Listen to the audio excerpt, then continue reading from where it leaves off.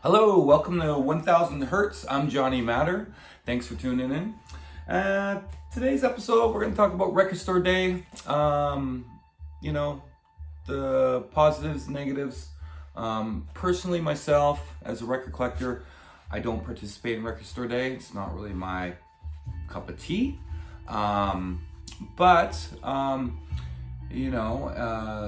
guess we'll talk about the negatives. Obviously, Record Store Day puts a lot of pressure on the pressing plants for these records, and a lot of the big pop stars or big names flood the pressing plants with lots of orders, making it harder for independent bands to press records and long wait times. So that's kind of a bummer about Records Today. But the bonus thing is, it's an opportunity for the local record stores to do very well one day out of the year, and people line up to get these titles, and so I'm happy. I heard from a few local record vendors here in Vancouver. It was the biggest one yet. They had lineups around the building for them, so good for them. Obviously, if people are getting the records, even though it might not be the same taste as you, it's always a bonus that just people are, being supportive of the vinyl community, and they might, get into like Taylor Swift or whatever, and then find some other cool artist that's a little bit more independent. So that's always good. Obviously you have the flippers, right? People buy these titles and then they flip them online the next day. That's not really what I'm into as a buyer and a seller. I like to dig, and I like to find cool things and sell things that I appreciate, and hoping that other people can find appreciation through these artists. And anyways, that's my spiel on Record Store Day. Hope you enjoyed it. If you did get out and get the things you wanted, there's some cool titles in there for sure. What we're listening to today is a band Explosions in the Sky. This Earth is Not a Cold and Dead Place. Pretty cool band and album. Keeping with the instrumental theme in the background. Let's knock through some things I picked up today that's not Record Store Day. Starting with a cool thrift find I found. This is Dennis Lay By Me. It's a very independent off of Roadside Records. 1978, real clean copy. I found it at the thrift store for a couple bucks, and it's kind of worth a little bit more than that. It's a folk world kind of album, and I like to find these and mix them into the collection, just so I have a variety of stuff. I'm not typically a folk listener, but there are people out there that are, so I like to have a little bit of everything from different genres. So that was kind of cool find. Next, what I got is My Life in the Bush of Ghosts. It's David, Brian, and Ryan Eno. This is my second copy of this. I really enjoy this record, and I found another clean copy for a good price, so I want to throw it in my distro. And so if anybody's interested in this, you can find it at Matterhorn Records. I've yet to set up my Discogs, but I will be doing that soon for selling records. So I'll announce it once I do on the show, and let you all know where you can find me there.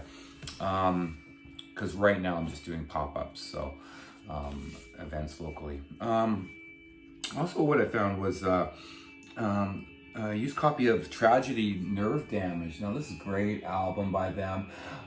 Preferably, I enjoyed their early stuff, but this is a later album. But it holds up with the Tragedy stuff as well. It's still a great album. It's got this cool glossy silver thing going on there. Pretty stoked to find that. I used to own that in the collection, and now I have it again. Another thing I picked up this week was Slint Tweets. off Touch and Go. This is a 1993 release.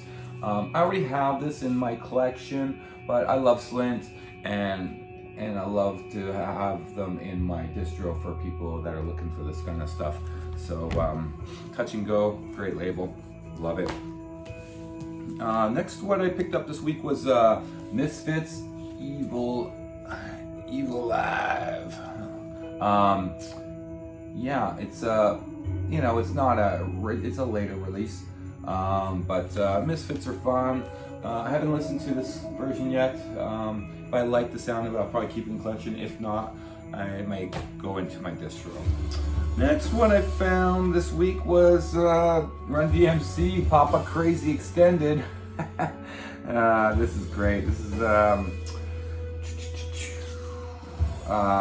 it's just like an EP, right? 1988 release. It's okay. I love Run DMC and their style of hip hop. I might throw this in the store. I might keep it. I'm running out of space in my living room. I'll show you. So yeah, there's I need to build some more shelving, and that's probably gonna be a little spring project I'm gonna do soon. Anyways, next what I found was a album I already had, but it's an upgrade version. So the Clash London Calling classic record. This is the original press. This is the original 1979 Canadian press, and it's just very clean. I have a copy in my collection already. It's pretty beat up, and it's been through some parties. Still plays fine and stuff. So I'll rotate this one into my collection and probably rotate the beat up one out into the distro. For somebody who's looking for an OG version of that classic album. Next what I found was, I'm not a huge fan of these guys, but people are always looking for it. So I picked it up for a decent price, and it's a Tool, Fear Inoculum. So I'm not the biggest Tool fan. I like their early stuff, okay. But I know a lot of fans out there are. This is a repress, but it's pretty cool. I'll just show you what it looks like inside. Let's see, there we go. It's got the band and everything. 3 records, and it has this one cool record. I'll show you. It's like an etched side. One sec here. Not that one. And I've never, you get these etched records. I've never seen an etched record like this, and it's quite impressive. Let's see if I can get this in the light here. Look at that. You can see outside there. Yeah, pretty awesome. That's that. Well, just one side of the 3 records is etched like that. So yeah.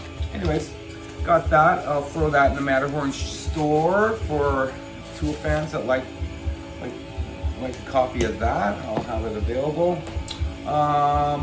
Next, what I picked up was Sherwood at the Controls, Volume 1. 1979 to 1984. Now this is a UK pressing. Looked really interesting. I guess Adrian Sherwood was a DJ back in the day. He's worked with all kinds of people like The Clash, Public Limited, Image Limited, and the Pop Group. And yeah, I gave it a spin at the shop. Really enjoyed it. It's got some dub, it's got some post-punk, and just a cool, unique album. I love to have this stuff when friends come over and just put on something in the background. There's no lyrics, it's great. Anyways, next what I got was Death Sentence. Now this is the repress, 1986 repress. The original album came out in 85. Great local punk band, classic. It's even got the covers a little beat up, but the record's in great shape, and it's even got the original. And this is what I like to see in the original old records. It's even got the original lyric sheet, as you can see there. Pretty awesome to find that. And I'll either throw this into my collection or into the distro. I haven't quite decided yet. classic punk album though. On the punk train, I also picked up this Dick's These People. This is 1985 Dick's record off Alternative Tentacles. This also has the original lyric sheet and everything. I don't have that artwork there, collage work of the band and stuff. So yeah, pretty cool. Dicks are pretty awesome. This one will probably go in my personal collection. It's got the, I'll just show you the original Alternative Tentacles. A lot of people flipping this Alternative Tentacles records right now because they are talking about repressing a lot of these albums that have been not repressed for many years. So good chance to pick up the original stuff if you like it. And last record I picked up this week, and probably my favorite little score, was Big Black Headache. This is their EP, I believe 1987. It's an original US version off Touch and Go. It's got the lyric sheet in there, and I'm a big fan of Big Black. And yeah, just I already actually own 2 copies of this album, one open, one sealed, but nice to have original. I'll be throwing the 2 other copies into the Matterhorn shop. Anyways, oh, and yeah, I didn't cheers you guys. I'm drinking some ginger kombucha because I had too many drinks last night. Shout out to Sean, my buddy, and Sherry for coming over, listening to records. We had a good time. Anyways, hope you guys have a good week. I'll be catching in with you probably on Friday, next video, and go through some stuff we picked up. I also have some other ideas for videos. I'm gonna have some guest spots, videos happening with some friends and possibly bands in the future. So look forward to that, and appreciate all the eyeballs and tuning in, and we look forward to touching base with you sometime soon. Have a great one. Peace.